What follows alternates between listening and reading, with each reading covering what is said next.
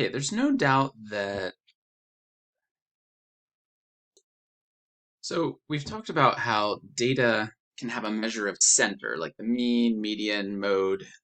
But just as important, we want to know how spread out the data is, how much it's varying. And it gets a bit trickier, but really this is the heart of statistics, seeing how data varies. So let me just go through some examples why we crave variation and why it would be really boring without it. So first, let's think about sports. Have you ever gone to YouTube? Maybe you're bored and you just want to see something involving sports. You typically wouldn't type in most average sports plays ever. You'd either go for the high end, like most incredible shots, basketball shots ever, or most incredible football plays ever, or something the top, or you might go the fails, most epic fails of basketball, of soccer, tennis, whatever it is. We like that variation. We like those extreme. We like to see the differences. We also like it in a given game. Let's think about what sports would be like if there wasn't variation. Every game would end in a tie. Every player would be exactly the same. It would be so boring that no one would want to watch sports. We need that variation. We need the fact that sometimes the underdog wins. They upset and even though they're not expected to win, they win. It plays. Sometimes players just come out of nowhere and make an incredible play that gets thrown all over the news. And that's what makes sports interesting, that variation. Same as psychology. I mean, just human interactions in general. It's the variance. If every person was exactly the same, how boring would that be?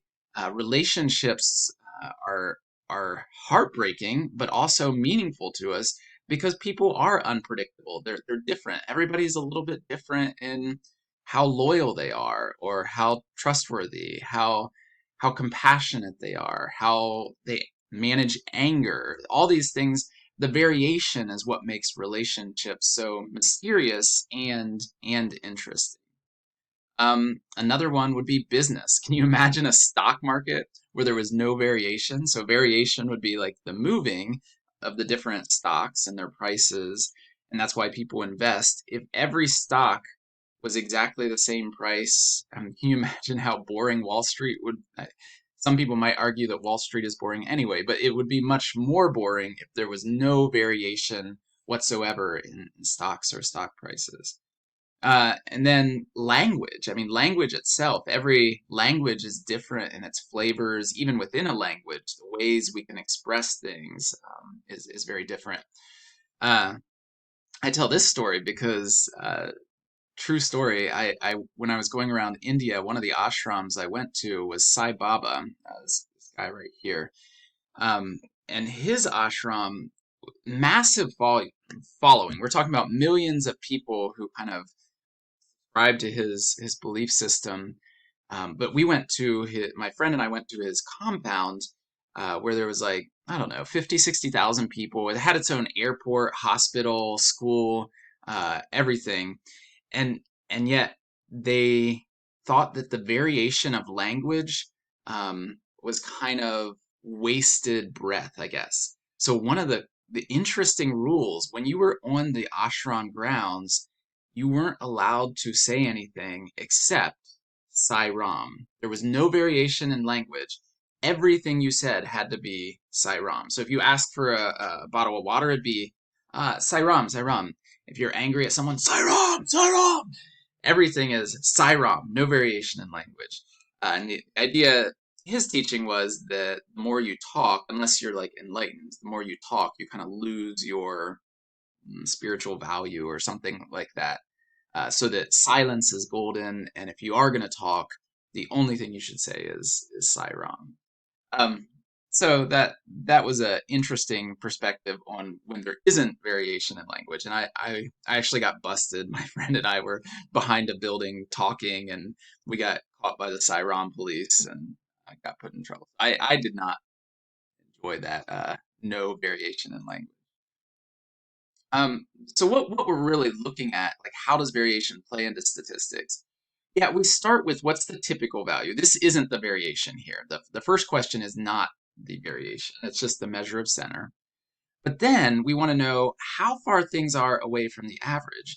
I mean, think about health-wise. Like if you're studying how your heart rhythm is, you want to start off knowing what the average is, and then are you just a little bit off from the average, or are you really off from the average? And then that's when you get into the question about why is this so much off of the average, and that usually has stories below it. Something's going on, and then we need to look for causes, and perhaps we can address some issue that's going on. But these three questions here are all about variance. Like, is something varying? That's what our statistical tests will almost all be measuring. Is something varying from the average? How much is it? Is it just a little bit? And it doesn't really matter. Is it a lot? And then why? What's the underlying story? And is there something we can do about it? So the trade-off here, because we're dealing with variation in statistics, we get all kinds of really cool things like predictions. So predictions on sports, on life, on coronavirus, whatever predictions, political elections. And then conclusions, even like statistical conclusions that this thing is good to eat for you, this thing is not good to eat for you. Anything we do in statistics, we're lacking full certainty. It's different than math, where 1 + 1 = 2, absolutely. In statistics, there's that uncertainty, but the good part of that is we can use it in everywhere. I would never make that math challenge of giving you $100 if you could find something you cared about that statistics doesn't apply to. I would not make that challenge with math because math can be very limited in what it applies to. It's powerful, but it can be limited. Whereas statistics, because it deals with variation and uncertainty and change, it can model almost anything in our lives. Let me give you just one quick example yet. So this was a game called Absolute Poker. It was a online poker game. So we're talking about like a card game where people bet money. And this was several years ago. There was a online championship, and I believe the stake was about $1 million for the winner of the tournament. So they held this tournament, and this player named Pot Ripper wins the $1 million. But then the second, third, fourth place players accuse Pot Ripper of cheating. And the company, Absolute Poker, turns over the data. You can actually see it here behind the scenes. This is the spreadsheet that was turned in. Massive spreadsheet full of data. And it just overwhelmed them. So they didn't really do anything with it at that point.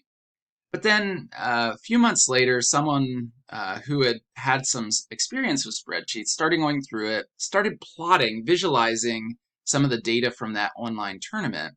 And they came up with this plot right here when they looked at win differential, so kind of your win-loss ratio within the tournament, and then percentage of hands played. So in poker, you have the choice to fold. In other words, you look at your cards and you're like, I'm not going to play this round. Or you could play. And so what percentage of the hands did a person play? So when you plot these two variables on a scatter plot, each one of these orange dots is a person in the tournament, in that online tournament. And you can see out here, there's a person who does not fit the general pattern. And making things more suspicious, this was Pot Ripper, the winner of the tournament. And when you can quantify this in things called standard deviations, which we'll get into really soon. Standard deviations kind of measure how far something is varying from the average. And 1 or 2 standard deviations is fairly typical. Once you get beyond 2 standard deviations, 2, 3, 4, then you're starting to get to some fairly unusual results. This Pot Ripper's dot here was 16 standard deviations away from the rest of the group. This was instant evidence, like almost absolutely, that this person cheated. So they accused him. I think there was a legal trial. They won.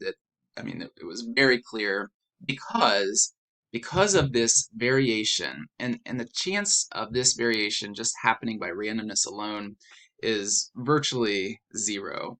And so this was enough to convict, and it turns out that he had actually helped make the original poker program, and it coded in a backdoor into the program so he could look and was actually looking at everybody's cards every time you play. And if you can see the other person's cards in poker, suddenly it becomes a very, very different.